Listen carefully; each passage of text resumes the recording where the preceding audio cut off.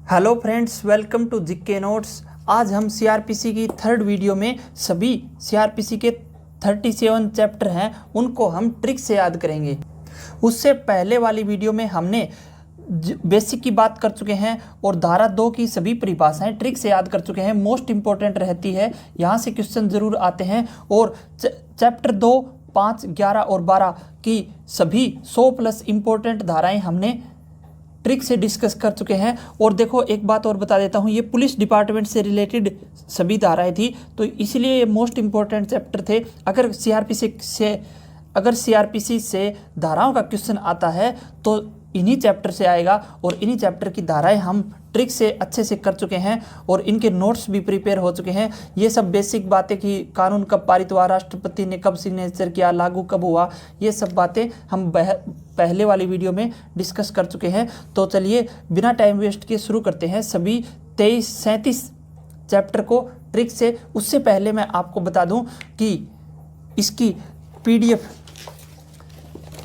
जो 3 लेक्चर हैं सीआरपीसी के मेरे द्वारा, उन तीनों लेक्चर की ट्रिक से नोट्स की पीडीएफ ये है और ये पीडीएफ आपको अवेलेबल हो जाएगी। अब नीचे लिंक है, वहाँ से भी आप परचेज कर सकते हो। तो देखो, आईपीसी के सभी चैप्टर ट्रिक से और 100+ धाराएं विद ट्रिक्स के नोट्स अवेलेबल हैं Rs 30 में। और उतने ही में सीआरपीसी के सभी चैप्टर ट्रिक से और 100+ धाराएं ट्रिक के साथ नोट्स अवेलेबल हैं।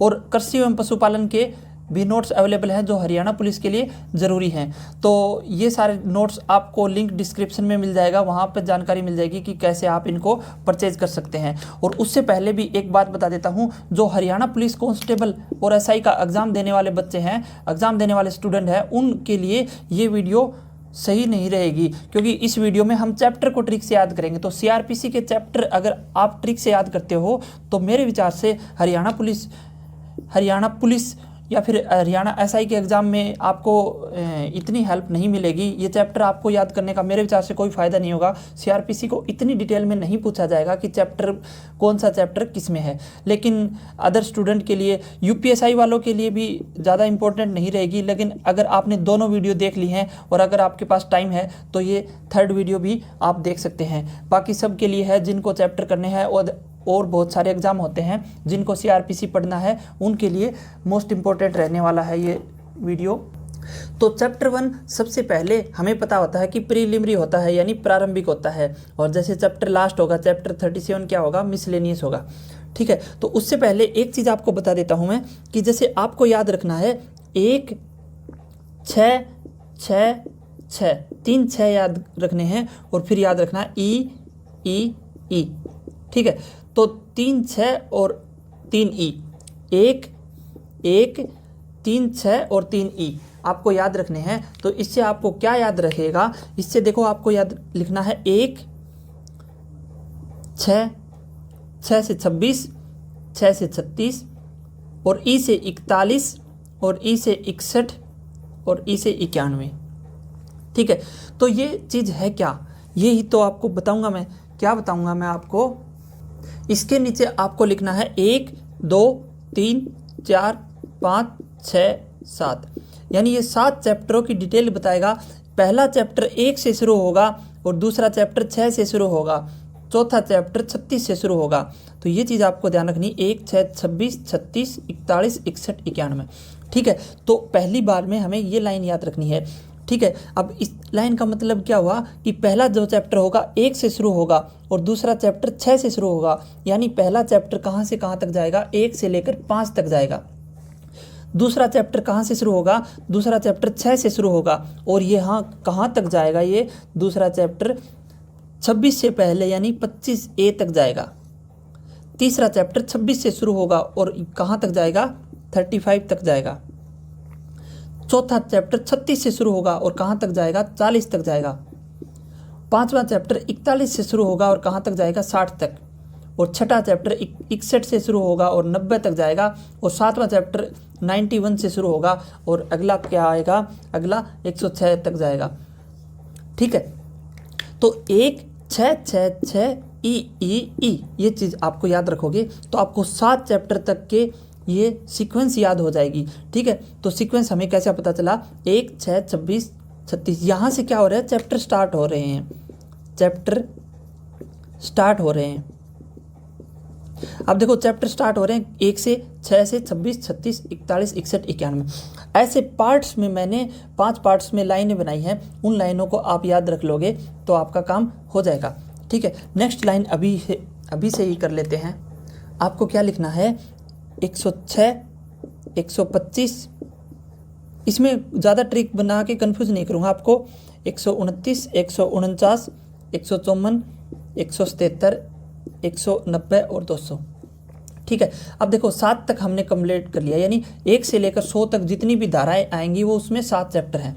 अब 91 के बाद कहाँ से शुरू होगा, 106 से शुरू होगा, फिर 125 से शुरू होगा, यानी ये कौन सा चैप्टर होगा, 8वां चैप्टर 106 से शुरू होगा, 9वां चैप्टर 125 से शुरू होगा, 10वां चैप्टर 129 से शुरू होगा, 11वां चैप्टर 149 से शुरू होगा, और 12वां चैप्टर 154 से शुरू होगा, और 13वां चैप्टर 177 से शुरू होगा, और 14th चैप्टर 190 से शुरू होगा, और 15वां चैप्टर 200 से शुरू होगा, यानी 15 चैप्टर तक आप कर लिया।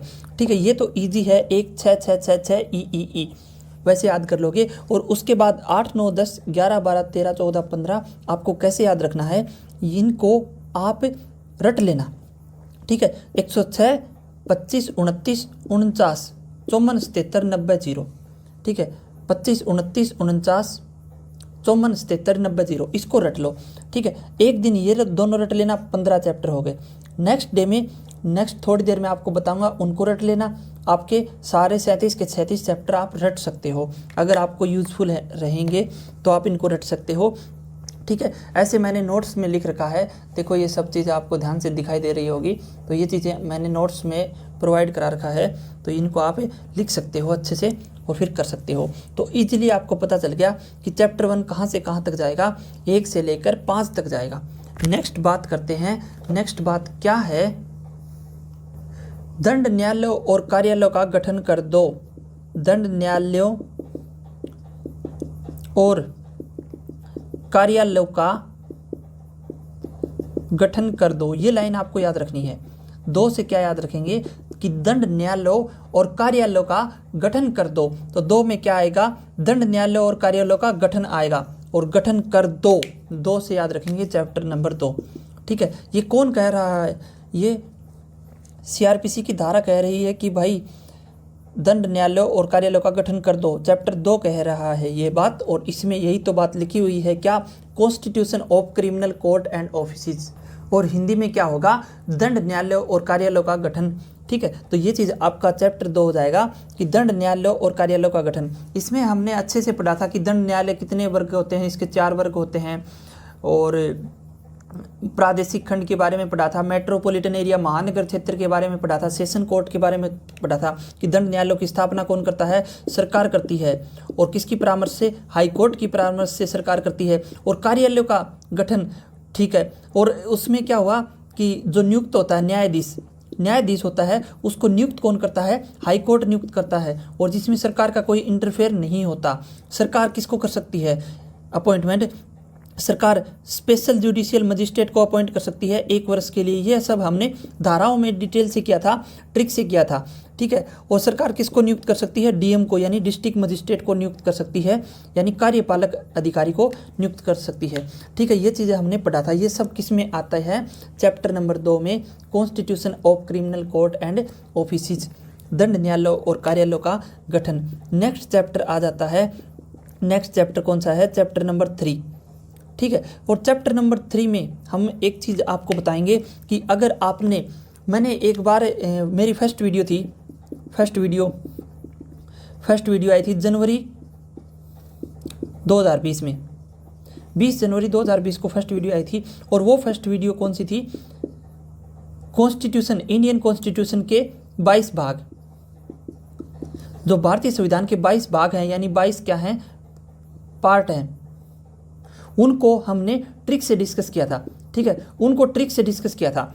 तो संविधान का जो भाग 3 है उसको हमने ट्रिक से क्या बताया था वो मैं आज इसको ट्रिक में यूज़ कर रहा हूँ। अगर आपने वो वीडियो नहीं देखी तो ज़रूर देखना, बहुत अच्छी ट्रिक है। 22 भागों को डिटेल से ट्रिक से डिस्कस किया हुआ है वहाँ पे। तो अब देखो उसमें क्या बताया था कि अगर आपने मौलिक अधिकारों का हनन किया तो कोर्ट आपको 3 नहीं गिनने देगा। ये मैंने लाइन वहाँ पर लिखवाई थी। अगर आपने मौलिक अधिकारों का हनन किया, यानी अगर मौलिक अधिकारों का वायोलेशन हो रहा है तो आप डायरेक्ट सुप्रीम कोर्ट में जा सकते हो, आप स्टेट के हाई कोर्ट में भी जा सकते हो धारा 226 के तहत, और सुप्रीम कोर्ट में भी जाने का, यानी मौलिक अधिकार हमसे कोई नहीं छीन सकता, तो हम कोर्ट में जा सकते हैं। ये क्या है? कोर्ट की पावर है। कोर्ट क्या है? पावर है क्या? और कोर्ट हमें 3 नहीं गिनने देगा। कोर्ट मौलिक अधिकारों का हनन नहीं होने देता, मौलिक अधिकारों का बचाव करता है। और ये क्या है? कोर्ट की पावर। तो 3 में क्या है? कोर्ट की पावर है, power of courts. Power of courts. अब याद रखना पावर ऑफ कोर्ट्स क्या है कि अगर हमने मौलिक अधिकारों का हनन किया तो कोर्ट आपको 3 नहीं गिनने देगा। 3 से याद रखना चैप्टर नंबर 3, यानी न्यायालयों की शक्ति। न्यायालयों की शक्ति किस में आएगा? चैप्टर नंबर 3 में। ये चीज़ आपको ध्यान रखना। और देखो मौलिक अधिकार कहाँ से कहाँ तक है? 12 से लेकर 35 तक है। और इसमें कौन से हैं? भाग नंबर 3 में। भाग 3 में 12 से 35 मौलिक अधिकार हैं। और कोर्ट की power chapter number 3 CRPC 1973। Next chapter की बात करते हैं तो ऐसे आपको याद रखना कि कोर्ट की क्या पावर है। Chapter number 4। चैप्टर नंबर 4 क्या बताता है? चैप्टर नंबर 4 में एक चीज़ आप याद रखना, चैप्टर नंबर 4 को मैंने आपको ट्रिक से नहीं करवाया क्योंकि वीडियो ऑलरेडी 2 घंटे से ज़्यादा होने वाली थी, इसलिए उसको नहीं करवाया। उसकी नोट्स में इंक्लूड कर दिया है, PDF में इंक्लूड कर दिया है चैप्टर नंबर 4 को, उसे वहाँ से आप पढ़ लेना, ठीक है। तो 1 2 3 4 मजिस्ट्रेट एंड पुलिस की सहायता करना यार, ये लाइन आप याद रख लेना। 1 2 3 4 मजिस्ट्रेट और पुलिस की सहायता करना यार, ठीक है। अब इसमें क्या करना है? मजिस्ट्रेट एवं पुलिस की सहायता किस में है? 4 में। 1 2 3 4 तक जाना है, तो मजिस्ट्रेट और पुलिस की सहायता। अब देखो एक चीज़ और भी है इसमें कि वरिष्ठ पुलिस अधिकारियों की शक्तियाँ, वरिष्ठ पुलिस अधिकारियों की शक्तियाँ, power of superior officers of police. Power of superior officer of police किस में आएगा? चैप्टर नंबर 4 के A में। और 4 का B क्या आएगा? ये मजिस्ट्रेट और पुलिस की सहायता करना, यानी मजिस्ट्रेट और पुलिस, यानी aid to magistrate and the police,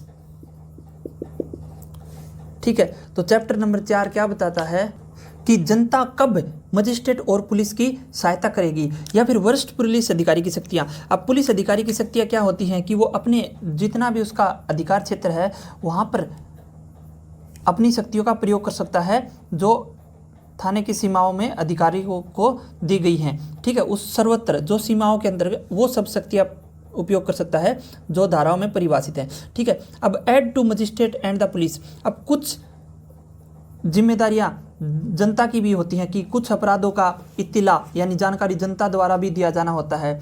कुछ मामलों में, ग्राम के मामलों में नियोजित अधिकारों के लिए कतीय रिपोर्ट करने का कर्तव्य, यानी गांव के जो अधिकारी होते हैं जैसे ग्राम सचिव हो गया, सरपंच हो गया, उनको भी अगर गांव में कोई अपराध होता है तो उसके लिए मजिस्ट्रेट और पुलिस की सहायता करना, यानी उसको इन्फॉर्म करना होता है। तो ये सारी बातें चैप्टर नंबर 4 में लिखी हुई हैं। तो मेन चीज़ तो क्या याद रखना कि 1 2 3 4 मजिस्ट्रेट और पुलिस की सहायता करना यार, ठीक है। Aid to magistrate and the police किस में आएगा? चैप्टर नंबर 4 में। अब एक चीज़ आपको बता देता हूँ, एक उससे पहले आपको चैप्टर नंबर 5 बताऊँ, चैप्टर नंबर 5 बताऊँ उससे पहले मैंने क्या ट्रिक बताई थी एक बार कि 1 6 6 6 ई 1 6 26 36 41 61 91, 1 से शुरू हो रहा है 5 तक जाएगा ये चैप्टर फर्स्ट, और चैप्टर सेकंड 6 से शुरू होता है और कहाँ तक जाएगा? 25A तक। और चैप्टर 3 26 से शुरू होगा और 35 तक जाएगा। चैप्टर नंबर 4 1 2 3 4 36 से शुरू होगा और 40 तक जाएगा। और चैप्टर नंबर 5 कहाँ से शुरू होगा? 41 से शुरू होगा और कहाँ तक जाएगा? 60 तक जाएगा। तो चैप्टर नंबर 5। और चैप्टर नंबर 5 एक्चुअल में है क्या, व्यक्तियों की गिरफ्तारी, अरेस्ट ऑफ पर्सन्स। अब ये देखो ये चीज़ ट्रिक से आपको याद रह जाएगी। इसमें क्या है चैप्टर नंबर 5 में, arrest of persons, arrest of persons यानी व्यक्तियों की गिरफ्तारी। ये चीज़ें आपको याद हो रही होंगी, आई होप कि देखो ये चीज़ बहुत मुश्किल है, अगर आप ट्रिक से याद कर पा रहे हो 2-4 दिन की मेहनत लगा के भी तो भी अच्छी बात है। ठीक है, अब देखो अरेस्ट ऑफ पर्सन से कोई क्वेश्चन आ गया और तो हम डायरेक्ट बता देंगे कि वो 41 से लेकर 60 तक इसका आंसर रहेगा। अब देखो ये चीज़ याद रखना, अब बहुत बड़ी ट्रिक बता रहा हूँ आपको। जैसे अध्याय 5 है, अध्याय 5 हो गया, अध्याय 15 हो गया, अध्याय 35 हो गया, 25 हो गया और अध्याय 35 हो गया। ठीक है, अब 5 का याद रखना, 5 और 15 और ये क्या है 25 और ये क्या हो गया 35।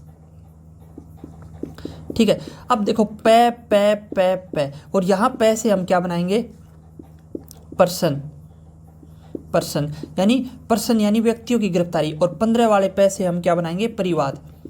परिवाद क्या होता है, परिवाद यानी वो कंप्लेंट जो मजिस्ट्रेट को दी जाती है उसे परिवाद बोलते हैं, और वो कंप्लेंट जो पुलिस से की जाती है उसे FIR बोलेंगे। तो परिवाद किस में आएगा, चैप्टर नंबर 15 में परिवाद का जिक्र आएगा, चैप्टर नंबर 15 में मजिस्ट्रेटों से परिवाद। अब चैप्टर नंबर 25 वाले पैसे हम क्या बनाएंगे, देखो मैं दोबारा फिर बताऊंगा, जब ये धाराएं आएंगी चैप्टर आएगा तो 25 से हम क्या बनाएंगे, पागल लोगों के लिए, पागल लोगों के लिए जो प्रावधान होते हैं उसे हम 25 में बताएंगे। और 25 में क्या बताएंगे, विकृत चित्त अभियुक्त व्यक्तियों के बारे में उपबंध। तो पागल लोगों के लिए जो बॉन्ड है, उपबंध है, वो क्या चीज़ है, वो आएगा 25 में।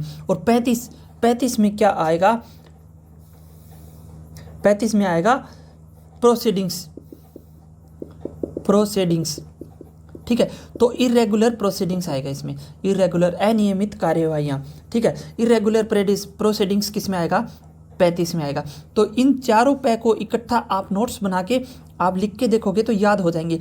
15 वाले पै से क्या आएगा, पर्सन यानी अरेस्ट ऑफ पर्सन, व्यक्तियों की गिरफ्तारी कैसे होगी, और गिरफ्तारी कौन करता है, पुलिस करती है।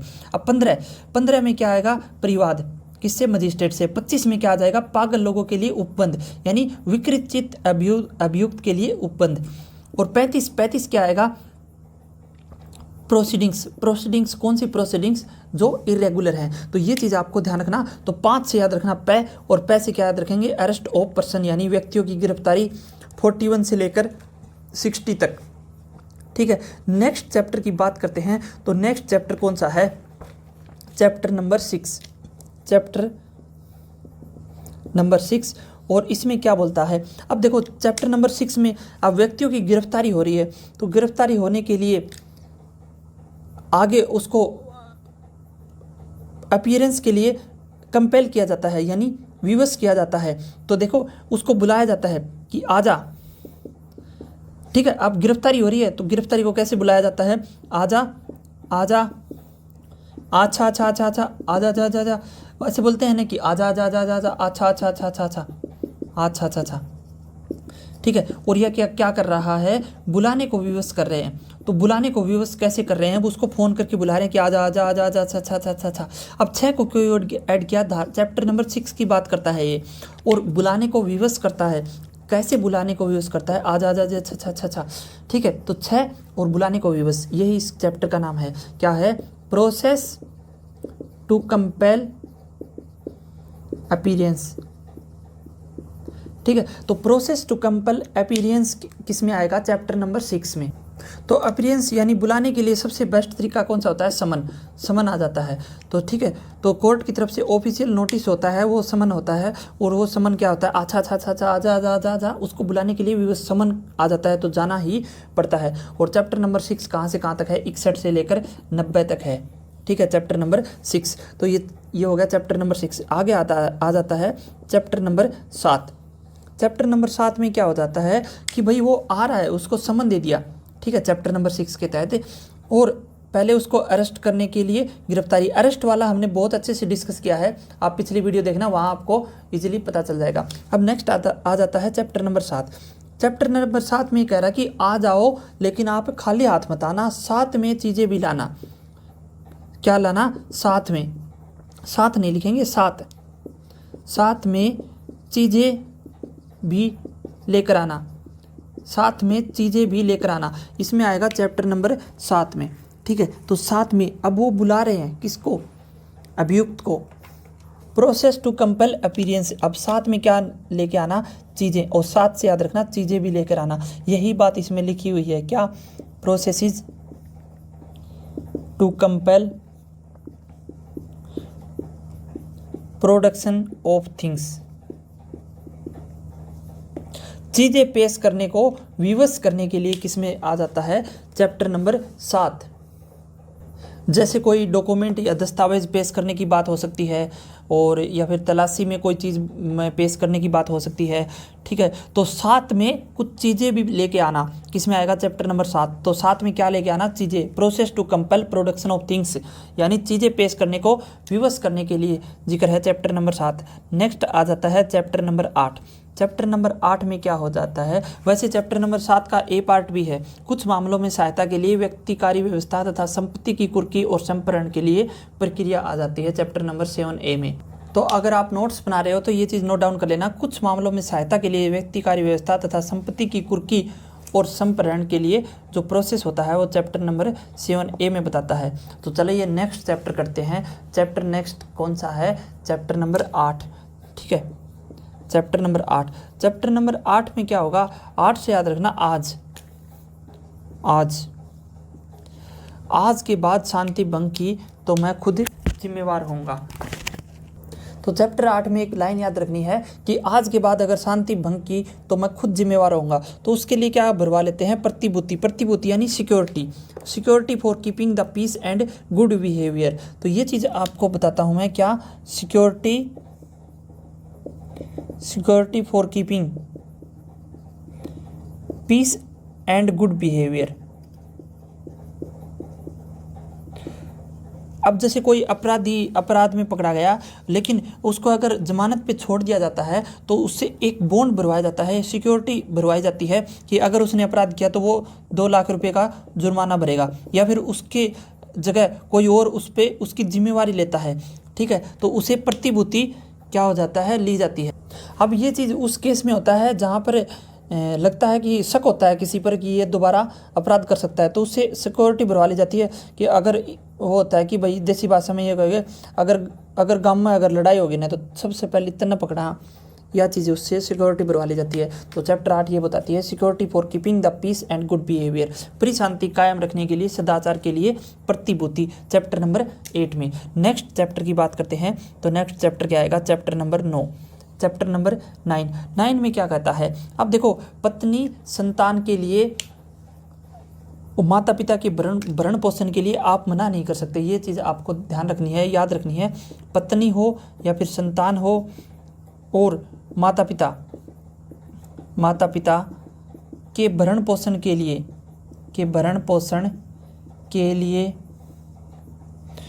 आप मना नहीं कर सकते। भरण पोषण के लिए आप मना नहीं कर सकते। अब इसमें ये बात कहना क्या चाहता है? कवि क्या कहना चाहता है? कवि कहना चाहता है कि अगर वाइफ है आपकी तो आपको उसका भरण पोषण के लिए आप स्वयं जिम्मेवार हो। ठीक है, और संतान है अगर वो नाबालिग है तो उसके लिए भरण पोषण के लिए आप जिम्मेवार हो। बूढ़े माता पिता हैं वो उनके भरण पोषण के लिए आप जिम्मेवार हैं। तो कोर्ट से वो कंपनसेशन यानी भरण पोषण के लिए मांग कर सकते हैं। पत्नी भी मांग कर सकती है। अगर वो खुद अपना भरण पोषण करने में असमर्थ हैं तो फिर मजिस्ट्रेट आज्ञा देगा कि वो मासिक भत्ता, जैसे पति है वो अपनी पत्नी को मासिक भत्ता देगा अपने भरण पोषण के लिए। ठीक है, तलाक के केस में ऐसे ही होता है, भरण पोषण के लिए मासिक भत्ता या फिर सैलरी होती है, आधी सैलरी दी जाती है। ये सब चीज़ें केस देखने को मिलती है। तो ये चीज़ क्या है? पत्नी और संतान हो या माता पिता के भरण पोषण के लिए आप मना नहीं कर सकते। तो ये बात आपको ध्यान रखनी है, मना नहीं से आप याद रखेंगे नो, तो नो नहीं कर सकते। जैसे हमने एक बार ट्रिक में पढ़ा था, क्या ट्रिक में पढ़ा था कि आपको जीने का अधिकार है, मरने का अधिकार नहीं। यानी आत्महत्या किस में था? धारा 309 IPC। ठीक है, अगर आपने आईपीसी की वीडियो देखी है तो आपको इजीली याद हो गया होगा कि हमें जीने का अधिकार है, मरने का नहीं। उसी तरह हम ये लाइन याद रखेंगे, पत्नी, संतान और माता पिता के भरण पोषण के लिए आप मना नहीं कर सकते। अगर आप मना नहीं कर सकते तो चैप्टर 9 में क्या लिखा हुआ है कि order for maintenance of wife children and parents, पत्नी, संतान और माता पिता के भरण पोषण के लिए आदेश दे सकता है। कौन? मजिस्ट्रेट आदेश दे सकता है। नेक्स्ट चैप्टर करते हैं, चैप्टर नंबर 10। चैप्टर नंबर 10 के लिए बोर्ड को साफ। तो चैप्टर 10 में आपको क्या याद रखना है कि हे भगवान बस लोक व्यवस्था और शांति बनी रहे। अब देखो, बस से याद रखेंगे 10, और लोक व्यवस्था और शांति की बात कौन सा चैप्टर करता है? Chapter number 10। अब देखो, लोक व्यवस्था और शांति को बनाए रखने के लिए मजिस्ट्रेट क्या ऑर्डर दे सकता है कि सिविल बल के प्रयोग द्वारा जमाव को तितर बितर करना, यानी सिविल बल यानी सशस्त्र बल को प्रयोग में ला सकते हैं। न्यूसेंस को हटाने के लिए शर्त आदेश भी कर सकते हैं, और जांच आदेश है लंबित कर सकते हैं, यानी बहुत सारी चीज़ें एक्शन ले सकते हैं लोक व्यवस्था और प्रशांति को बनाए रखने के लिए। तो इसमें चैप्टर 10 में क्या आएगा? हे भगवान बस से याद रखना 10, और लोक व्यवस्था और शांति बनी रहे। एक अच्छा इंसान है, प्रार्थना कर रहा है भगवान से, तो क्या आएगा? ये maintenance of public order and tranquillity किस में आएगा? Chapter number 10। और चैप्टर नंबर 10 कहाँ से कहाँ तक है? 129 से लेकर 148 तक। अब वो चीज़ आपको एक बार फिर से बता देता हूँ मैं। हमने क्या पढ़ा था कि 1, 6, 26, 36, 61, 91 और 106, फिर 125, 149, नहीं सॉरी 125 के बाद क्या आएगा? 129, 149, 154, 177, 190 और 200। तो 1, 2, 3, 4, 5, 6, 7, 8, 9 और 10। 10वां चैप्टर कहाँ से कहाँ तक है? 149 से लेकर 153 तक। 149 से लेकर 153 तक, ठीक है, गलत बोल दिया। 129 से लेकर 148 तक होएगा। 8, 9, 10, 129 से शुरू होगा, ठीक है। तो जल्दबाजी में कंफ्यूज हो गए थे, लेकिन कोई बात नहीं, ये आप बार बार याद रखोगे, रटोगे तो आप ये चीज़ आपको याद हो जाएगी, ठीक है। तो हे भगवान बस लोक व्यवस्था और शांति बनी रहे। 10 चैप्टर नंबर 10 बात करता है इसकी, ठीक है। अब नेक्स्ट आ जाता है चैप्टर नंबर 11। 11 क्यों बोला मैंने, 11 क्यों नहीं बोला, वहीं पे ट्रिक बना देंगे। क्या? Chapter number 11। चैप्टर नंबर 11 में क्या होगा? गग गग 11 पुलिस का निवारक कार्य, ठीक है। तो क्या बोले कि गग गग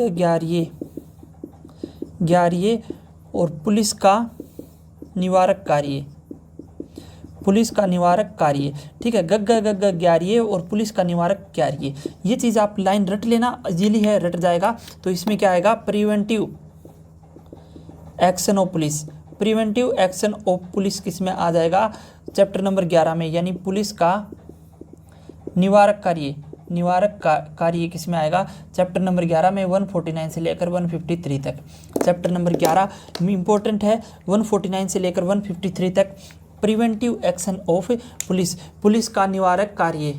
देखो, पुलिस का निवारक कार्य कैसे होता है? जैसे संज्ञेय अपराध हो रहा है और उनका निवारण करना, यानी संज्ञेय अपराध हो रहा है उसको रोकने की कोशिश कर सकती है, और कोई संज्ञेय अपराध करने वाला है या फिर उसने कर दिया और पुलिस उसी समय उसको गिरफ्तार कर सकती है, और निरीक्षण का काम भी कर सकती है, बाटों और मापों का निरीक्षण कर सकती है, या फिर लोक संपत्ति को कोई हानि पहुँचा रहा है तो निवारक कार्य में चैप्टर 11 में लोक संपत्ति को हानि पहुँचाने से रोक सकती है, जितना बल की आवश्यकता पड़े उतना बल लगा के, ठीक है। Next chapter number 12। अब 12 से अपने को याद रखना है कि 12 महीने पुलिस को इत्तिला मिलती रहती है और 12 महीने पुलिस इन्वेस्टिगेशन करती रहती है। ये चैप्टर भी पुलिस के बारे में बताता है। क्या बताता है कि 12 महीने पुलिस को इत्तला यानी इन्फॉर्मेशन यानी जानकारी मिलती रहती है, जनता पुलिस के पास जानकारी देती रहती है, और 12 महीने पुलिस इन्वेस्टिगेशन में लगी रहती है, ठीक है। तो पुलिस का तो 12 महीने काम चलता है, 12 महीने पुलिस बिजी रहती है। तो 12 महीने पुलिस को इत्तला मिलती रहती है और 12 महीने पुलिस इन्वेस्टिगेशन में लगी रहती है, ये चीज़ याद रखना। और यही इस बात का चैप्टर बताता है। चैप्टर क्या बताता है कि इन्फॉर्मेशन टू द पुलिस, यानी 12 महीने पुलिस को इत्तिला मिलती रहती है। Information to the police and their power to investigate, police का इत्तिला और अन्वेषण करने की शक्तियाँ पुलिस के पास हैं। चैप्टर 12 में कहाँ से कहाँ तक, 154 से लेकर 176 तक। ये दोनों चैप्टर 11 और 12 को हमने ट्रिक से कवर किया है, बहुत अच्छे से कवर किया है। तो 12 महीने पुलिस को इत्तिला मिलती रहती है और 12 महीने पुलिस इन्वेस्टिगेशन में लगी रहती है। ये चीज़ आपको याद रखनी है। अब नेक्स्ट चैप्टर कौन सा है, चैप्टर नंबर 13। चैप्टर नंबर 13 क्या बताता है कि 13 जांच और विचारण उसी क्षेत्र में होगा जहां पर अपराध हुआ है। तो इस बात का कैसे समझ में आएगा आपको, 13 जांच और विचारण उसी क्षेत्र में होगा जहां पर अपराध हुआ है। जांच यानी इंक्वायरी और विचारण यानी ट्रायल, इंक्वायरी, और ये इंक्वायरी कौन करता है, मजिस्ट्रेट करता है, और ट्रायल चलती है। ठीक है, जांच और विचारण उसी क्षेत्र में होगा जहां पर अपराध हुआ है। अब ये चीज़ें चैप्टर नंबर 13 में लिखा हुआ है। चैप्टर नंबर 13 की धारा 177 से लेकर 189 तक है। और इसमें क्या बताया गया है कि जहां पर अपराध हुआ है, जिस क्षेत्र में अपराध हुआ है, उसी क्षेत्र के मजिस्ट्रेट को उसकी अधिकारिता है, उसी दंड न्यायालय की अधिकारिता है, किसकी, इंक्वायरी और ट्रायल करने में। ठीक है, तो तेरी इंक्वायरी और ट्रायल उसी क्षेत्र में होगी जहां पर अपराध हुआ है। तो ये चीज़ें इसमें बात बताता है। लेकिन कुछ स्पेशल केस होते हैं कि जैसे यहाँ पे एक एरिया है और ये दूसरा एरिया है, और यहाँ से कोई अपराधी है और वो चोरी करके यहाँ पे भाग गया, तो उसका ट्रायल यहाँ पे भी हो सकता है। जैसे कोई ट्रेन में बैठा है, उसका बैग कहीं पे छूट गया है, तो फिर जिस क्षेत्र में पहुँचेगा वहाँ पे भी रिपोर्ट लिखवा सकता है, और जहाँ पर छूटा है वहाँ भी उसका जांच और विचारण हो सकता है। कुछ स्पेशल केस होते हैं, लेकिन मोस्टली यही रहेगा कि जांच और विचारण उसी क्षेत्र में होगा जहां पर अपराध हुआ है। इसके बारे में धारा 177 से लेकर 189 तक है। इसमें चैप्टर 13 में क्या है, jurisdiction of the criminal court, inquiries and trial.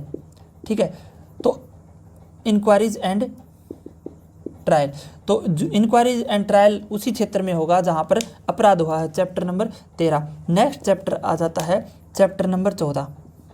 Chapter number 14 में क्या होगा, देखो 14 कंडीशन, ये चीज़ याद रखना आपको, 14 कंडीशन। अब इसमें कंडीशन की बात करता है, तो चैप्टर 14 कंडीशन की बात करता है। और वो कंडीशन क्या है, condition requisite for initiation of proceeding, यानी कार्यवाही शुरू करने के लिए अपेक्षित शर्तें। तो क्या क्या शर्तें होती हैं जिनसे कार्यवाही शुरू हो जाएगी, तो ये किस में है, चैप्टर नंबर 14, यानी किस में आएगा, conditions requisite for initiation of proceedings, किस में आ जाएगा, चैप्टर नंबर 14 में। तो चैप्टर 14 में क्या है कि जैसे मामले किसी मजिस्ट्रेट के हवाले किया जाता है, अभियुक्त के आवेदन पर अंतरण हो, या फिर अपराधों का सेशन न्यायालय द्वारा संज्ञान लिया जाना हो, ये सारी चीज़ें कार्यवाही शुरू करने के लिए अपेक्षित शर्तें होती हैं। और वो किस में बताया गया है, चैप्टर नंबर 14 में। धारा कहाँ से कहाँ तक है, 190 से लेकर 199 तक। ठीक है, अब चैप्टर 15 किसकी बात करता है, चैप्टर 15 बात करता है। अब देखो 5, 15, 25, 35, 5, 15, 25, 35। ठीक है, 5 से बनाया था पै से क्या बनाया था, पर्सन, और पर्सन की गिरफ्तारी।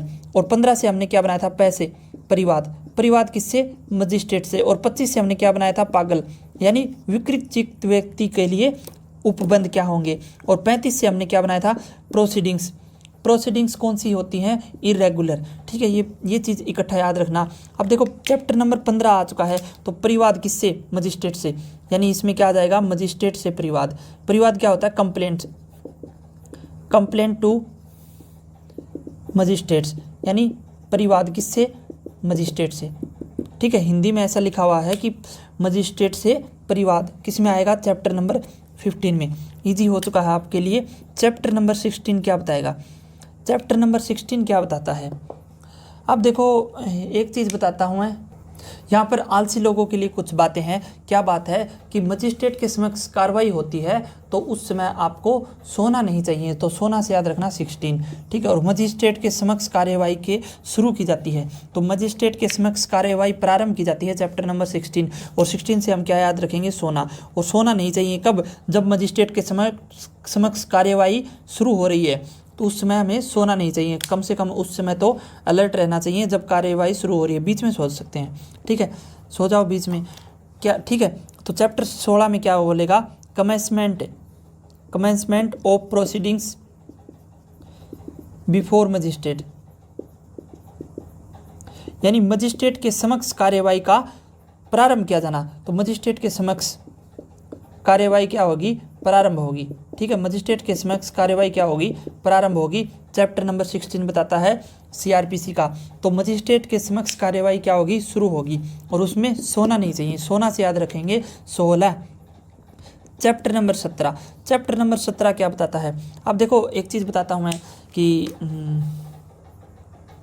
हमने धारा 2B में, धारा 2B से हमने बनाया था बारोप, और बारोप से क्या बनाया था हमने, आरोप। यानी आरोप की परिभाषा किसमें थी, धारा 2 के क्लोज बी में। ठीक है, धारा 2 में किसकी परिभाषा थी, आरोप की, चार्ज की। अगर किसी पर आरोप लग जाता है तो उस पर खतरा मंडराने लगता है। तो अगर किसी पर आरोप लग जाता है तो उसके बाद खतरा मंडराता रहता है। तो अगर किसी पर आरोप लग जाता है तो खतरा मंडराता रहता है। यही लाइन आपको याद रखनी है। तो इसमें क्या याद रखना है कि आरोप लगने पर खतरा मंडराता रहता है। तो आरोप इसमें आएगा 17 में क्या आ जाएगा, द चार्ज यानी आरोप। ठीक है, और खतरा से याद रखना 17। तो चैप्टर 17 में किसका वर्णन है, आरोप का। अब चार्ज किस प्रकार से लगेंगे वो चीज़ किस में बताई गई है, चैप्टर नंबर 17 सीआरपीसी।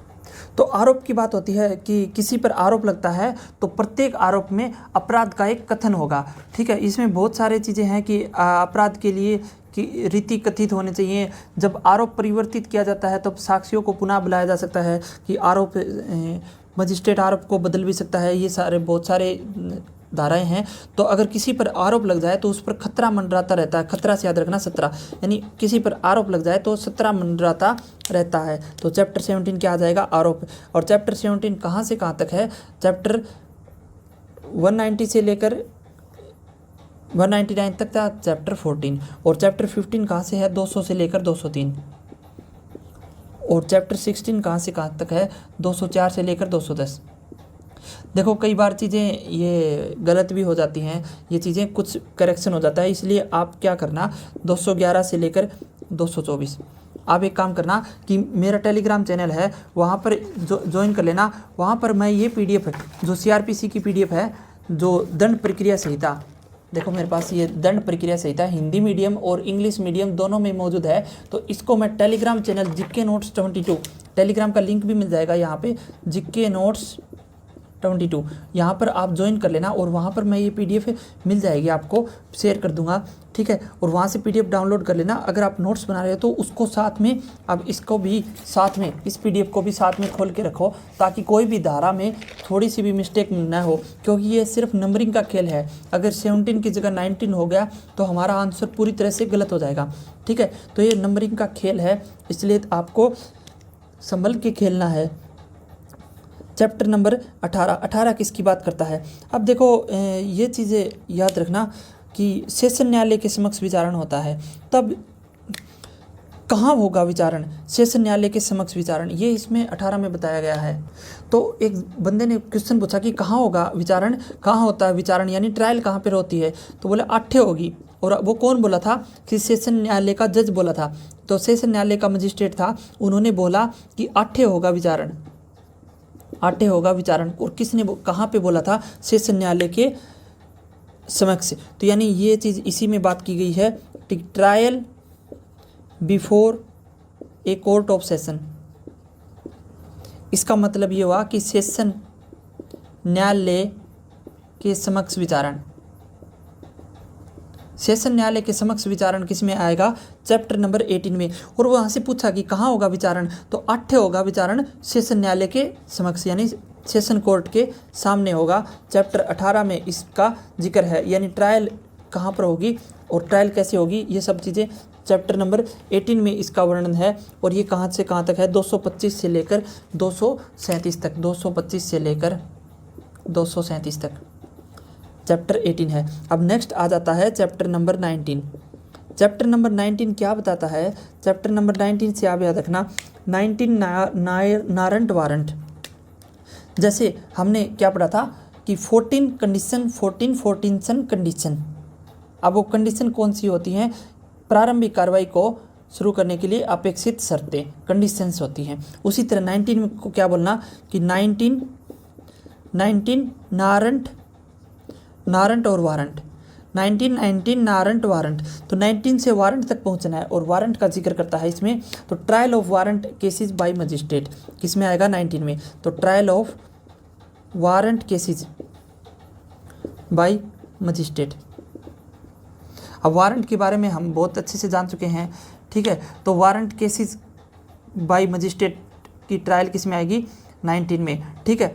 इसमें क्या होता है कि जब केस शुरू किया जाता है कि पुलिस रिपोर्ट के आधार पर या फिर पुलिस रिपोर्ट के अलावा भी जो केस डिज़ाइन किया जाता है और उसका कंक्लूजन क्या होगा ट्रायल का, तो ये सारी चीज़ें वारंट से रिलेटेड है। केस वारंट केस हो तो वारंट केस कौन सा होता है, जो संज्ञेय अपराध में वारंट जारी किया जाता है उसके बाद क्या होती है गिरफ्तारी, ठीक है। तो वारंट केस की ट्रायल मजिस्ट्रेट के द्वारा चैप्टर नंबर 19, और ये कहाँ से कहाँ तक जाता है 238 से लेकर 250 तक। वेट एक चीज़ मैंने आपको नहीं बताई, चैप्टर नंबर 15 तक तो हमने बता दिया था कि ऐसे ऐसे याद रख लेना, लेकिन चैप्टर 16 से लेकर 37 तक अभी बचा हुआ है, उनको भी अब हम करेंगे थोड़ी देर में ही, ठीक है। तो गैप दे के करेंगे, आपको याद हो जाएंगी ये चीज़ें। एक साथ इकट्ठे याद लिख लेना आप एक पेज पे, और डेली एक लाइन याद रखोगे तो आपको ईजिली याद हो जाएगा, ठीक है। ये लास्ट में कर लेंगे, अभी इनको ऐसे ही लिख देते हैं, वरना ये चीज़ें आप बहुत मुश्किल लगेगा कि ये चीज़ें कैसे याद रखें 238 से लेकर 250 तक, ठीक है। अब देखो चैप्टर नंबर 20 की बात करते हैं। चैप्टर नंबर 20 से याद रखना कि बमन, 20 से क्या याद रखेंगे बमन। तो 20 रुपये के समन को बमन कहते हैं। 20 से क्या याद रखेंगे, 20 से याद रखेंगे बमन। आप ये लाइन याद रख लेना बमन, और बमन से क्या बोलेंगे समन, ठीक है। तो 20 से क्या याद रखा बमन। तो ट्रायल ऑफ समन केस, अब देखो ट्रायल ऑफ वारंट केस आ चुका है, तो इसके पास वाले चैप्टर में क्या आ जाएगा ट्रायल ऑफ समन केस,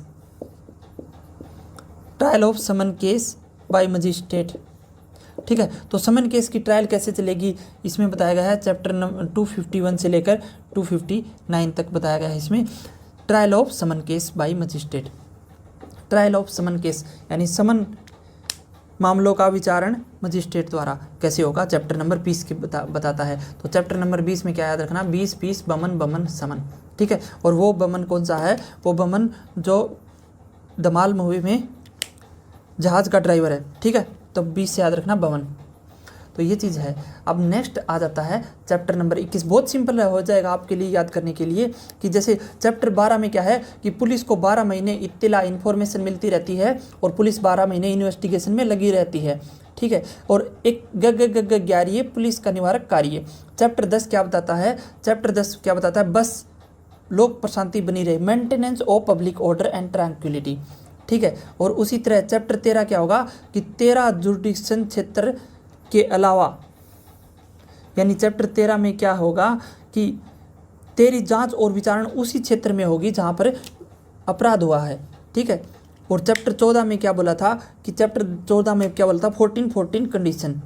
और 15 से याद रखना 5 पे याद किए थे, 5, 15, 25, 35 को एक साथ इकट्ठा याद किया था। और 16 में क्या याद किया था सोना नहीं चाहिए जब मैजिस्ट्रेट के सामने कार्रवाई शुरू हुए। 17 में क्या याद रखना खतरा मंडराता रहता है जब आरोप लगता है। और 18 में क्या होगा 8 ट्रायल होती है, सेशन न्यायालय के समक्ष विचारण होता है। यानी ट्रायल कहाँ पे होती है, सेशन न्यायालय के समक्ष होती है, यहाँ नहीं होती कि खेत में ट्रायल चल रही है। और चैप्टर 19 क्या हो जाता है, लेकिन कुछ केस में ट्रायल सेशन न्यायालय के समक्ष नहीं होती, वो चीज़ें इसके बारे में भी बताई गई हैं। ट्रायल वारंट केस की ट्रायल मजिस्ट्रेट के द्वारा किसमें, चैप्टर 19 वारंटीन। और 20 से याद रखना बमन से याद रखना क्या, समन केस की ट्रायल बाय मजिस्ट्रेट। तो ये चैप्टर है चैप्टर नंबर 20 तक। चैप्टर 21 क्या बताता है कि 1 मिनट में ट्रायल ख़त्म हो जाए। अब ये ध्यान रखना, 1 मिनट में ट्रायल ख़त्म हो जाए तो मज़ा आ जाए, कि कोई तो मज़ा आ जाए, ये लाइन लिख लेना कि 1 मिनट में ट्रायल ख़त्म हो जाए तो मज़ा आ जाए। तो ये तो अच्छी बात है, कोई भी अपराधी है और उसका 1 मिनट में ट्रायल चला और उसको जमानत मिल गई और उसको मज़ा आ गया। ठीक है, तो यानी ये क्या होता है, संक्षिप्त विचारण होता है, यानी समरी ट्रायल की बात करता है। कौन सा चैप्टर, चैप्टर नंबर 21। अब इसमें क्या हुआ, 1 मिनट यानी संक्षिप्त में, तो 1 मिनट से याद रखना, एक से याद रखना 21। ठीक है, तो 21 को कैसे याद रखेंगे, 1 मिनट में, 1 मिनट में ट्रायल खत्म हो जाए तो मज़ा आ जाए। तो चैप्टर 21 में क्या है, समरी ट्रायल, क्या है ये, संक्षिप्त विचारण। किस में आएगा, चैप्टर नंबर 21 में आएगा। सीआरपीसी के चैप्टर नंबर 21 में क्या आ जाएगा, 1 मिनट में, 21 से क्या याद रखेंगे, 1 मिनट में ट्रायल खत्म हो जाए।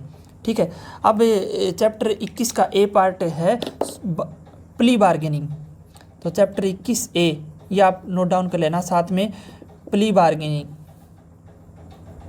प्ली बार्गेनिंग यानी ये क्या होता है, सौदा अभिवाद।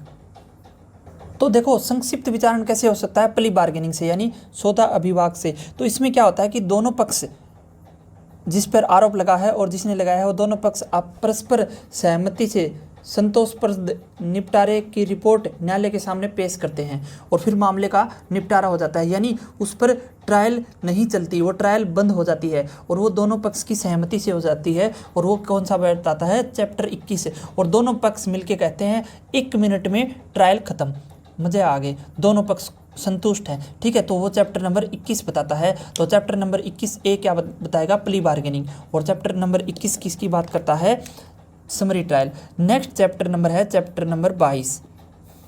अब चैप्टर नंबर 22 क्या बताता है कि चैप्टर में एक बार फ़ोन आया, ठीक है, फ़ोन कॉल बहुत आते हैं पुलिस वालों से। पुलिस वाले ने रिस्पेक्टफुल बात करी कि बोला भाई आजा, तुझे कोर्ट में पेश होना है। अब देखो कोर्ट में पेश होना है तो भाई आजा, भाई आजा से याद रखना 22। अब कोर्ट में पेश होना है, कोर्ट में पेश कौन होगा, बंदी होगा।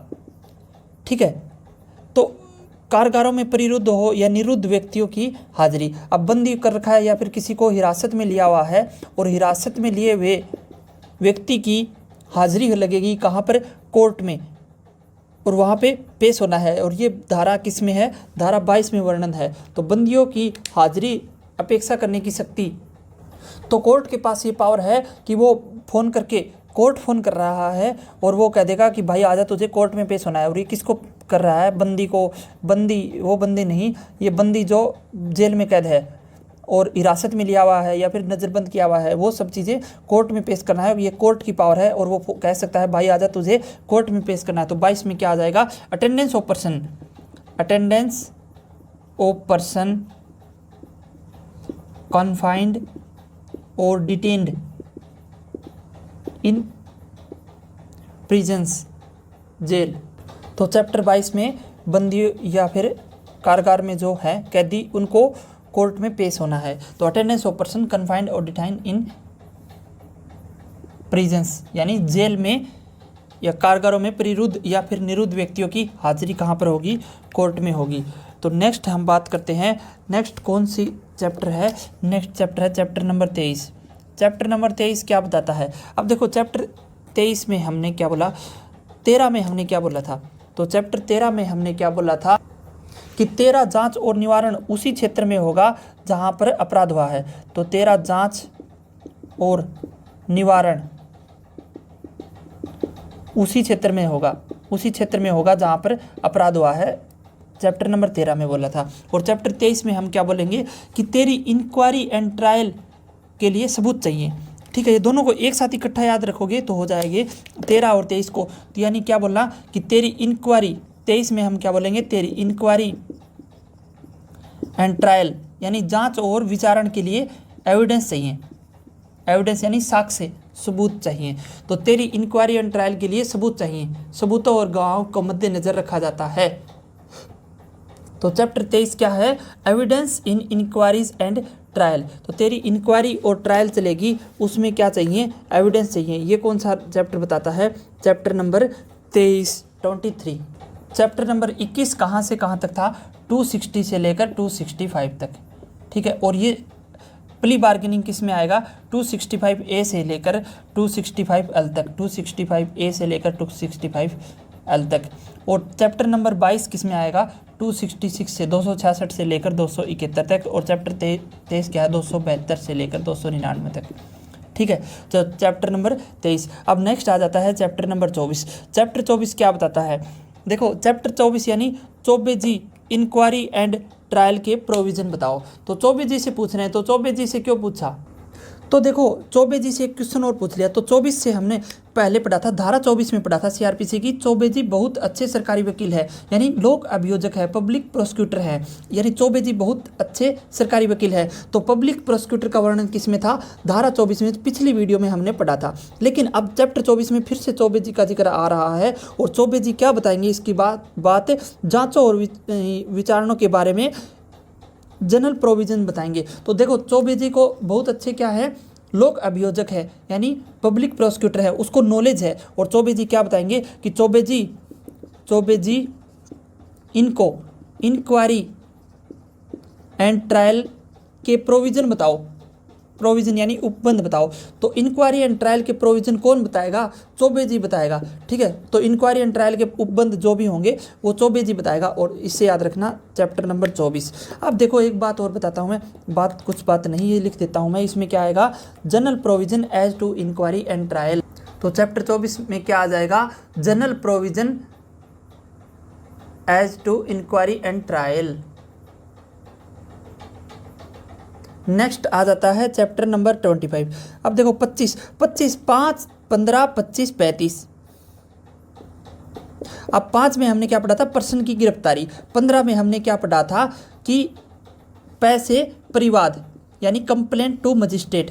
और 25 में हम क्या पढ़ेंगे? पागल लोगों के लिए, यानी विकृत चित्त अभियुक्त व्यक्तियों के बारे में उपबंध। यानी चैप्टर 25 क्या बताता है? Provision as to accused person of unsound mind,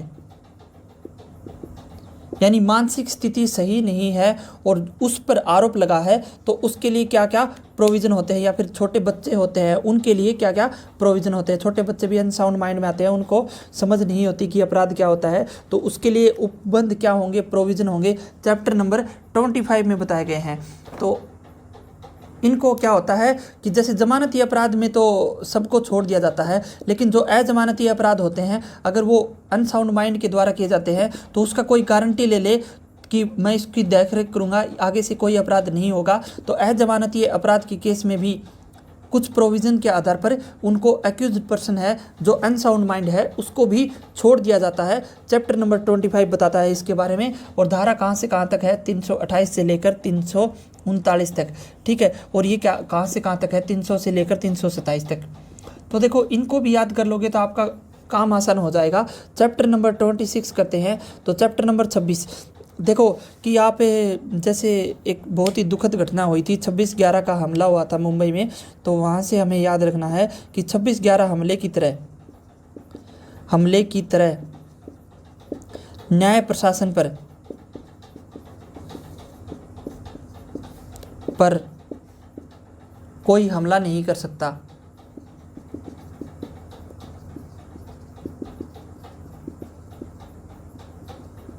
तो देखो इसमें कोई ट्रिक नहीं बना रखी कि यह न्याय जो प्रशासन है उस पर हमला हो रहा है, यानी न्याय प्रशासन पर प्रभाव डालने वाले अपराधों के बारे में उपबंध किस में आता है? Chapter number 36। अब हमला क्यों बोला कि 26/11 के हमले की तरह? तो 26 से हमने ट्रिक को ऐड करने के लिए 26/11 का जिक्र किया है, ठीक है। यह आतंकवादी हमला हुआ था मुंबई में, ठीक है। तो अब ये देखो न्याय प्रशासन पर कोर्ट पर हमला नहीं कर सकता। कोई भी कोर्ट पर अगर हमला हो जाए लेकिन उसका न्याय प्रशासन है तो उस पर हमला नहीं कर सकता। यानी आप धाराओं को नहीं मिटा सकते, आप इंसानों को मार सकते हैं, हमारे अंदर के विचारों को नहीं मार सकते। तो न्याय प्रशासन पर यानी कोर्ट पर हमला हो सकता है लेकिन न्याय प्रशासन पर हमला नहीं हो सकता। 26/11 हमले की तरह 26/11 हमले से हमने IPC में भी एक ट्रिक बनाई थी, ठीक है। उस ट्रिक का हम जिक्र नहीं करेंगे, बहुत अच्छी ट्रिक थी वो, याद करने के लिए सफिशिएंट थी।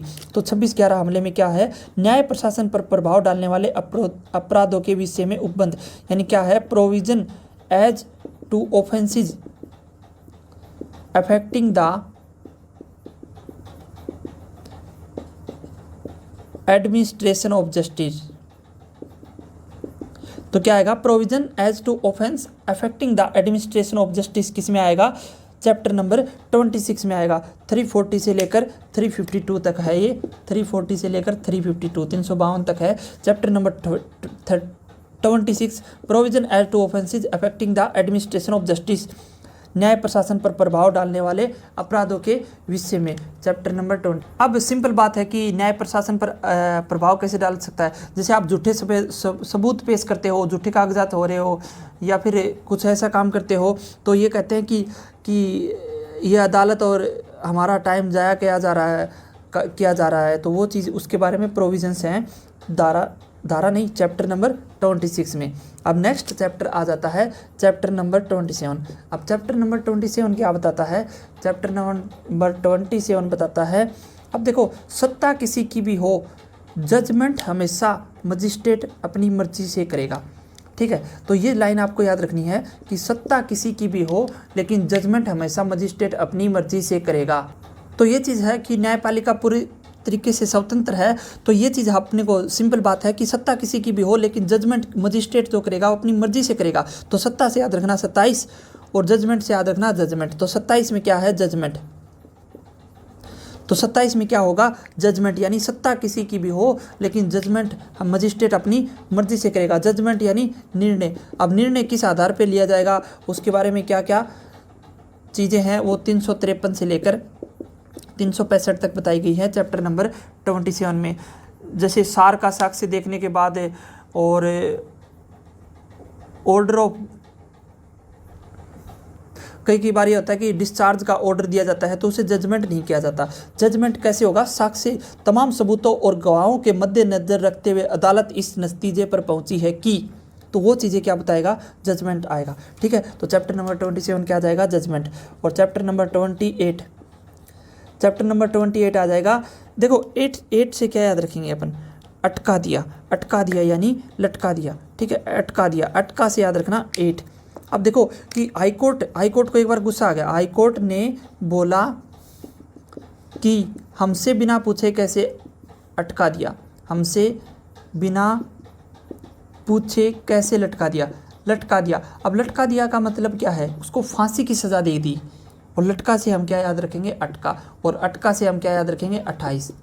ठीक है, एक सेकंड दिख नहीं रहा आपको, डिजिटल बोर्ड को थोड़ा सा आगे खिसका देते हैं। 28 से क्या दे दिया? अटका दिया यानी लटका दिया। ठीक है, हाईकोर्ट ने बोला कि हमें से बिना पूछे आपने कैसे अटका दिया यानी लटका दिया। तो किस में आएगा? चैप्टर 28 में। अब क्या आएगा? मृत्यु दंडादेश। ठीक है, तो ये क्या बात करता है? मृत्यु दंडादेश की पुष्टि करता है। और मृत्यु दंडादेश की पुष्टि कौन करेगा? High court. यानी अगर किसी को अगर मृत्यु दंड दिया जाना है तो वो केस हाई कोर्ट के पास जाएगा और हाई कोर्ट में कम से कम 2 जज की बेंच बैठेगी और वो 2 जज उस पर साइन करेंगे कि डेथ सेंटेंस है, उसको कंफर्म करेंगे। तो यानी क्या है इसमें बात कि submission of death sentence of for confirmation. तो submission of death sentences for confirmation. तो किसी को डेथ सेंटेंस यानी फांसी की सजा या मृत्यु दंड दिया जाता है। ये ऐसे नहीं कि डिस्ट्रिक्ट कोर्ट था उसने मृत्यु दंड दिया और जिले में लटका दिया, ऐसे नहीं होगा। हाई कोर्ट के पास कंफर्मेशन के लिए सबमिशन फाइल जाएगी और हाई कोर्ट के 2 जज बैठ के उस पर दोनों जज सिग्नेचर करेंगे, कंफर्मेशन देंगे और तभी जाके डेथ सेंटेंस दिया जा सकता है, एग्जीक्यूशन किया जा सकता है। यानी अटका दिया, अटका से यानी 28। अब देखो चैप्टर नंबर 29 किसके बारे में बताता है? और चैप्टर नंबर 28 में 366 से लेकर 371 तक धाराएं हैं। अब देखो चैप्टर नंबर 29, अब देखो एक चीज़ बताता है कि देखो चैप्टर नंबर 29 को क्या बोलते हैं? 29। अगर मैं केस हार गया, अगर मैं, ये चीज़ याद रखना, अगर मैं केस हार गया तो उनते अपील करूँगा। कई बार कुछ लोग बोलते हैं कि ये जो लाइनें आप बताते हो ये लाइनें याद नहीं होती, तो ये याद कर लो भाई। अगर आपको ये लाइनें याद नहीं होती तो submission of death sentence for confirmation, ये चीज़ लाइनें याद रख लो। ठीक है, तो ये लाइन सिंपल होती है, बहुत सिंपल होती है। अगर इनको एक साथ इकट्ठा इनके साथ ये याद रखोगे तो आपको 29 याद हो जाएगा। रिलेट चीज़ों को जितना करोगे उतना याद हो जाएगा। अब देखो, अब अगर मैं केस हार गया तो मैं उनते अपील करूँगा, तो ये लाइन आप थोड़ा सा याद कर लिया कोशिश करके, तो 29 से याद रखना 29, और 29 में क्या है अपील। अब 29 में क्या आएगा अपील। अब देखो अपील कैसे की जाती है। अपील करने पर जो हाई कोर्ट होता है यानी जो अपर कोर्ट होता है वो लोअर कोर्ट के डिसीजन का एग्जामिनेशन करेगा। अगर उसके लोअर कोर्ट के डिसीजन में कुछ गड़बड़ियाँ लगती है तो उसको उस पर संज्ञान लेगा। अब देखो एक चीज़ बात है ये कि कोई पेटी ऑफिशियल के काम पर अपील नहीं हो सकती। अब जैसे कोई तुच्छ काम होता है, ये नहीं कि तुम्हारा चालान कट गया और ऊपर से आप हाई कोर्ट सुप्रीम कोर्ट तक जा रहे हो, परेशान कर रहे हो अपील कर करके। छोटे छोटे केस होते हैं उन पे कोई अपील की सुनवाई नहीं होगी। तो ये चीज़ चैप्टर 29 किसकी बात करता है, अपील की बात करता है। और जिस विक्टिम को कम सज़ा मिली है उसके खिलाफ भी अपील नहीं की जा सकती। तो अगर मैं केस हार गया तो उन पे अपील करूँगा। जिसको कम सज़ा मिली है उसको ज़्यादा सज़ा दिलाने के लिए अपील की जा सकती है, ये बात बोलनी थी मुझे। तो चैप्टर 29 किसके बारे में बताएगा, अपील के बारे में। इसको डिटेल से आप पढ़ते रहना। चैप्टर नंबर 30, चैप्टर नंबर 30 क्या बताता है। अब देखो चैप्टर नंबर 30 से याद रखना निर्देश, ठीक है। तो चैप्टर नंबर 30 से क्या याद रखोगे, 30 से क्या याद रखोगे, निर्देश। और निर्देश से क्या बना देंगे, निर्देश, ठीक है। और निर्देश किस में है, चैप्टर नंबर 30 में। क्या होगा, रेफरेंस एंड रिवीजन।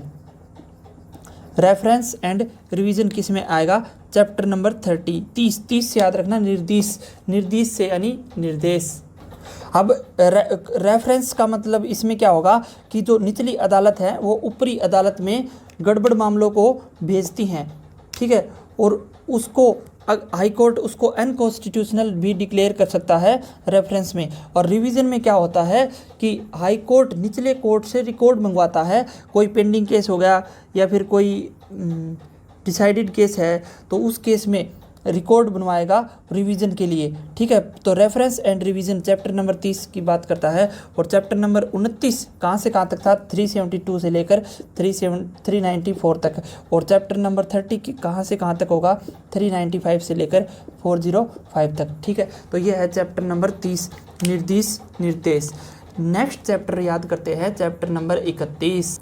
उससे पहले देखो सिंपल रिवीजन की बात करते हैं तो इसमें कुछ नहीं है। चैप्टर नंबर 21 क्या है, 1 मिनट में ट्रायल यानी प्ली बार्गेनिंग के थ्रू हो जा सकता है, संक्षिप्त विचारण, जल्दी से फैसला खत्म।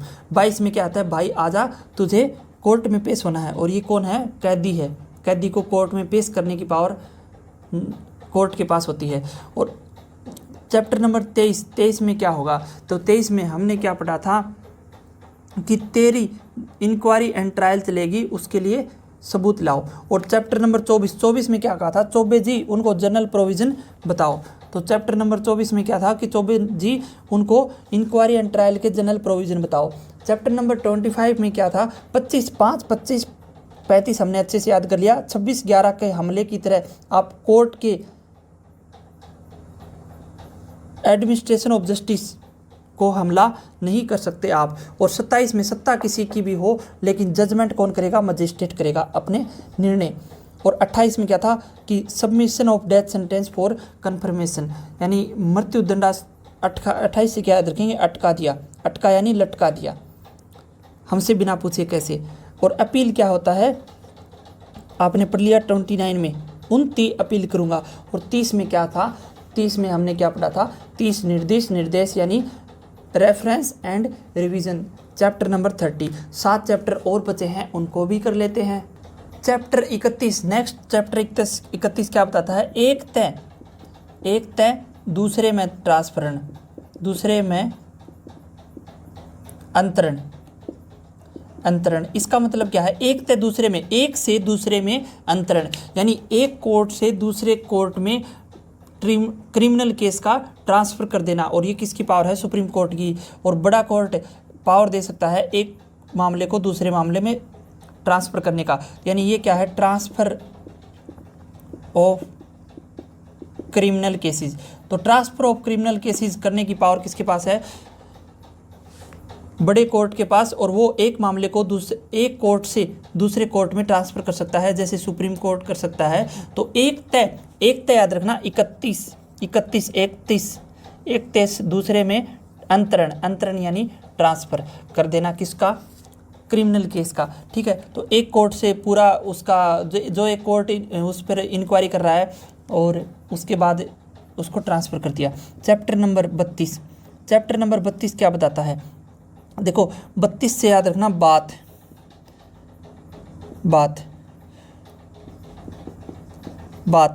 अब देखो बात करो। अब बात कब करनी होनी चाहिए? अगर आपसे बोला कि आप मेरे को दंडादेश का लघुकरण करना है, यानी आपको अपराधों के लघुकरण के लिए हाईकोर्ट से बात करो।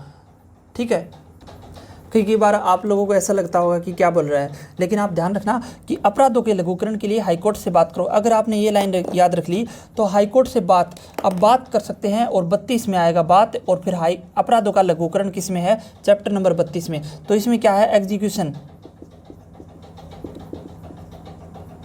या फिर सस्पेंशन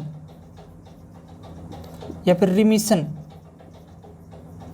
एंड कम्यूटेशन यानी लघुकरण ऑफ सेंटेंस। दंडादेशों का निष्पादन, निलंबन, परिहार और लघुकरण की बात होती है चैप्टर नंबर 32 में। तो इसमें क्या होगा? हाईकोर्ट से बात करके उसके परिहार यानी छूट होती है, छूट मिल जाती है किसमें? सजा में। जैसे मृत्युदंड है उसको उम्र कैद में बदल दिया, उम्र कैद को भी कम कर दिया।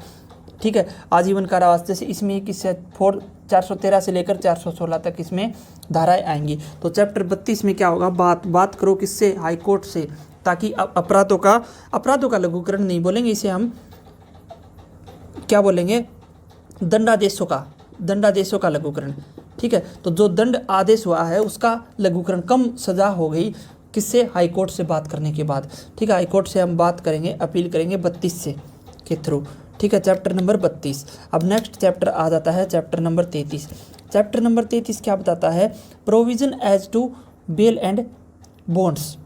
यानी देखो, एक बात आपने सुनी होगी कि भारत का न्यायपालिका क्या कहती है कि 99 दोषी छूट जाए मगर एक निर्दोष को सजा नहीं मिलनी चाहिए। इसीलिए अगर कोई सबूत नहीं होता तो उसको माफ़ी मिल जाती है, यानी जमानत मिल जाती है। अब देखो 99/3 बोल देना इसको, 99/3 दोषी छूट जाए तो एक निर्दोष को सज़ा नहीं मिलनी चाहिए। तो 99/3 क्या हो जाता है? 33। ठीक है, तो वो जेल के प्रावधान में लिखा हुआ है, किसके? बेल के प्रावधान में, यानी क्या है? प्रोविजन, उपबंध में लिखा हुआ है as to bail and bonds. तो चैप्टर नंबर 33 क्या बताता है कि provision as to bail and bonds, जमानत और बंद पत्रों के बारे में उपबंध कौन सा चैप्टर बताएगा? Chapter number 33। ठीक है, तो इसमें क्या चीज़ है? इसमें यह होता है कि जमानती अपराध होता है तो जमानत तो मिल जाती है, लेकिन कोई अजमानती अपराध है तो उससे बॉन्ड भरवा लेते हैं। अगर तूने अपराध किया तो आपको ही पकड़ेंगे और उससे बॉन्ड भरवा लेंगे कि आपको इतना फाइन लगेगा। तो वो सारे उपबंध किस में है? Chapter number 33। तो याद रखना 99/33 दोषी छूट जाए। अगली कहावत को आप बदल देना कि 99 दोषी छूट जाए मगर एक निर्दोष को सज़ा नहीं मिलनी चाहिए। सही बात है, लेकिन 99/3 दोषी, आप देखना 99/3 33। और ये क्या है? एक बॉन्ड है इस प्रकार का। क्या है? प्रोविजन यानी बंद है। ठीक है, तो ये अजमानती केस में बॉन्ड होता है। तो चैप्टर नंबर 34 की बात करते हैं। तो चैप्टर नंबर 34 क्या बताता है? इसको अगर आप हिंदी में लिखो तो क्या बोलोगे? जमानत और बंद पत्रों के बारे में उपबंध। किसके बारे में? जमानत और बंद पत्रों के बारे में उपबंध किस में आएगा? Chapter number 33। ठीक है, नेक्स्ट चैप्टर है चैप्टर नंबर 33 436 से लेकर 450 तक है। चैप्टर नंबर 34 कहाँ से कहाँ तक है? अब देखो चैप्टर नंबर 34 से एक चीज़ याद रखना आप, क्या? संपत्ति। और संपत्ति कैसी दो प्रकार की होती है? तो संपत्ति दो प्रकार की होती है, एक तो चल और एक अचल। ठीक है, तो संपत्ति चल और अचल संपत्ति दो प्रकार की होती है। अब देखो संपत्ति दो प्रकार की होती है, चल और अचल। और संपत्ति या चल से याद रखना 34, और संपत्ति, तो संपत्ति का जिक्र है चैप्टर नंबर 34 में, यानी कि इसका है डिस्पोजल ऑफ प्रॉपर्टी। अब प्रॉपर्टी का वेन, उसका प्रॉपर्टी का इस्तेमाल कैसे किया जाएगा वो चैप्टर नंबर 34 बताता है। जैसे किसी का मतलब कोई केस में फल फ्रूट की रेडी है, अगर उसको कोर्ट में पेश कर दिया गया यानी वो जब्त कर ली गई, तो उन चीज़ें वो डिके हो सकती हैं ज़्यादा, उनको बेच दिया जाएगा। ठीक है। और जैसे दहेज का सामान है, जैसे दहेज के केस में होता है कि जो फ्रिज, कूलर, वॉशिंग मशीन, सारी चीज़ें थाने में मिलती हैं, ठीक है, थाने में जमा हो जाती हैं, तो उनका इस्तेमाल कैसे होगा चैप्टर नंबर 34 बताता है। और जैसे इनोसेंट परचेजर होते हैं, जैसे एक मोबाइल था, मोबाइल का क्या किया कि चोर ने चोरी कर लिया, ठीक है, और चोरी करके किसी को बेच दिया। अब जिसने खरीदा उसको ये तो नहीं पता कि भाई वो चोरी का मोबाइल है, तो वो कौन है, इनोसेंट परचेजर है। तो उसके बारे में भी इसमें बताया गया है चैप्टर नंबर 34। और धाराएं कहाँ से कहाँ तक है, 451 से लेकर 459 तक chapter number 34 disposal of property. और प्रॉपर्टी का डिस्पोजल कैसे होगा ये कोर्ट आदेश दे सकता है। अगर प्रॉपर्टी डिके वाली है जो जल्दी ख़त्म हो जाएगी तो उसके लिए कोर्ट आदेश दे सकता है, उसको बेचने का भी आदेश दे सकता है, उसका इस्तेमाल किया जाए। ठीक है। वैसे तो मोस्टली यही होता है कि बाइक जैसे जमा हो गई, ठीक है, और ऑर्डर नहीं आया कोई भी, और वहीं पे खड़ी खड़ी बाइक ख़त्म हो जाती है। ठीक है, ख़त्म यानी खटारा बन जाती है। अब 35 आपको बताया था कितनी बार, प्रोसीडिंग्स यानी इरेगुलर प्रोसीडिंग्स। तो जल्दी जल्दी रिवाइज कर ले, 5, 15, 25, 35। 5 में क्या था, पर्सन, अरेस्ट ऑफ पर्सन, और 15 में क्या था, पैसे परिवाद यानी मजिस्ट्रेट के सामने कंप्लेंट, और 25 से क्या रखा था, पागल यानी विकृत चित्त अभियुक्त के लिए उपबंध, और 35 में क्या था, प्रोसीडिंग्स यानी इरेगुलर प्रोसीडिंग्स किस में आएगा, चैप्टर नंबर 35 में। ठीक है। अब नेक्स्ट चैप्टर नंबर क्या है, चैप्टर नंबर 36। Chapter number 36। अब देखो अनियमित कार्यवाहियाँ होती है, अनियमित कार्यवाहियाँ 2 तरीके से हो सकती हैं, या एक से तो कार्यवाही दूषित हो सकते हैं, न्यायालयिक कार्यवाही। इसके बारे में हम डिटेल से चर्चा नहीं करेंगे, चलिए आगे बढ़ते हैं क्योंकि समय बहुत कम है। चैप्टर नंबर 36 की बात करते हैं। तो 36 में क्या आएगा, एक तो देखो एक बात होता है कि जैसे हमें पता चला कि अपराध हुआ है, जैसे पुलिस को पता चला या फिर मजिस्ट्रेट को पता चला कि अपराध हुआ है और उस अपराध का संज्ञान लेना है, तो अपराध का संज्ञान लेते हैं और उस अपराध का समय में 36 का आंकड़ा नहीं होना चाहिए। यानी जब पता चले अपराध हुआ है और उसका तुरंत संज्ञान ले लेना चाहिए। तो एक अच्छी बात है, अच्छी बात जो दीवारों पे लिखी होती है वो मैं लिख देता हूँ, दीवारों पे तो नहीं लिखी होती लेकिन लिख देता हूँ। यानी अगर पुलिस को अपराध का पता चलता है, मजिस्ट्रेट को अपराध का पता चलता है, तो उसी का संज्ञान लेने का जो समय होता है उसमें 36 का आंकड़ा नहीं होना चाहिए। 36 का आंकड़ा यानी बहुत ज़्यादा, यानी अपराध का पता आज चलता है और संज्ञान ले रहे हैं 4.5 साल बाद, ऐसे नहीं करना। ठीक है। तो उसमें क्या करना है, 36 का आंकड़ा नहीं होना। 36 से याद रखना, चैप्टर नंबर 36 में ऐसी बातें हैं। और चैप्टर नंबर 36 में क्या है, limitation for taking cognizance of certain offences, यानी कुछ अपराध होते हैं जिनका संज्ञान लेने के लिए टाइम लिमिट है। तो जैसे limitation of taking cognizance of certain offences, ठीक है, कुछ अपराधों का संज्ञान लेने के लिए परिसीमा। अब देखो कुछ चीज़ें आपको मैं बता देता हूँ कि 36 का आंकड़ा नहीं होना चाहिए अपराध का पता चलने का समय और संज्ञान लेने के समय में। अब देखो संज्ञान लेने के लिए परिसीमा, संज्ञान के लिए परिसीमा यानी उसका टाइम कितना होना चाहिए और सज़ा जैसे कितनी हो। अगर सज़ा अगर जुर्माना है तो जुर्माने की सज़ा है तो उसका संज्ञान लेना है तो उसका 6 माह से ज़्यादा नहीं होना चाहिए, यानी 6 महीने के अंदर संज्ञान ले लेना चाहिए अगर सज़ा में जुर्माना है। अगर सज़ा 1 वर्ष तक की है तो उसमें संज्ञान लेने के लिए परिसीमा कितना है, 1 वर्ष है। ठीक है, ये चीज़ नोट डाउन कर लेना। और एक वर्ष से लेकर 3 वर्ष तक की सज़ा है तो उसमें संज्ञान लेने के लिए परिसीमा कितनी है, 3 वर्ष। तो ये 3 चीज़ आपको नोट डाउन कर लेना कि अगर सज़ा जुर्माना है तो उसको संज्ञान 6 महीने के अंदर लेना चाहिए। अगर 6 महीने के तक संज्ञान नहीं लिया तो वो मैटर क्लोज हो जाएगा, उसका संज्ञान नहीं ले सकता। ये लिमिट है, कुछ केस में ले सकता है लेकिन ये चीज़ है। 1 वर्ष तक की सज़ा में 1 वर्ष के अंदर संज्ञान ले लेना चाहिए, और 1 से 3 वर्ष की सज़ा में 1 से 3 वर्ष संज्ञान ले लेना चाहिए। अब नेक्स्ट चैप्टर है चैप्टर नंबर 37 क्या है, मिसलेनियस यानी प्रकीर्ण। तो ये चीज़ मिसलेनियस होता है तो चैप्टर नंबर लास्ट होता है। तो ये सारे चैप्टर आपके फिनिश हो चुके हैं, तो बहुत ही अच्छे तरीके से आपको बता दिए गए हैं। अब कोई चैप्टर है, अब जैसे चैप्टर नंबर 36 था, ये कहाँ से कहाँ तक है, 467 से लेकर 473 तक। तो ये चीज़ आप अच्छे से पढ़ चुके हो। अब 34 में क्या था, चल अचल प्रॉपर्टी होती है, तो प्रॉपर्टी का डिस्पोजल किस में है, 34 में। और 33 में हमें क्या याद रखना है कि 99/33 आरोपी छूट जाएं, लेकिन एक निर्दोष को सज़ा नहीं मिलनी चाहिए, यानी provision as to bail and bond. ठीक है, बॉन्ड के आधार पर बेल दी जा सकती है। और चैप्टर नंबर 32 क्या है कि बात करो किससे, हाई कोर्ट से, वो एग्जीक्यूशन या सस्पेंशन यानी सज़ा कम कर सकते हैं, लघुकरण कर सकता है। और चैप्टर नंबर 31 क्या था, एक तय।